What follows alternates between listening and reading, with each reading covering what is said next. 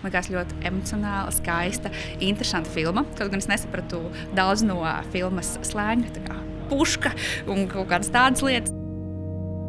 Man filma Tumšzilais evaņģēlijs ļoti patika, ko es varbūt negaidīju no sevis, jo parasti tādas krimināla filmas man īsti nepatīk.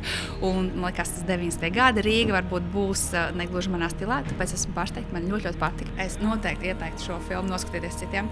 Manuprāt, brīnišķīgs latviešu kino ar izkoptu stilu, kuru mēs jau iepazinām Kriminālās ekscelences fondā, ar noskaņu, kas tiek uzturēta visas filmas laikā.